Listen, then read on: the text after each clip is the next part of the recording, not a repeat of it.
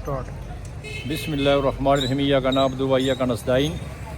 आज हलीमा खान का जो घर की फैमिली है, खान साहब की, उनका मिलने का डे था और ये कोर्ट की तरफ से और एक जो कानून है, जो जितनी भी एसओपीज़ हैं जेल की, उसके मुताबिक था।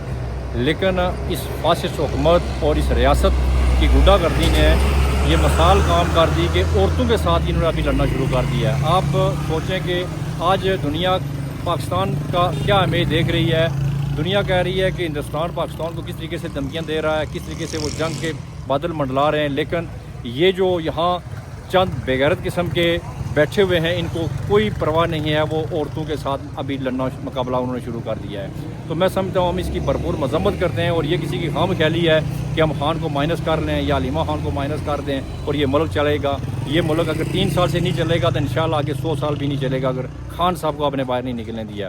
तो हम आपको ये बिल्कुल बगैर तंबिया करते हैं कि आप ये ऐसे जो हथकंडे आप कर रहे हैं, इनसे आप बाज आ जाएं। आवाम जो है वो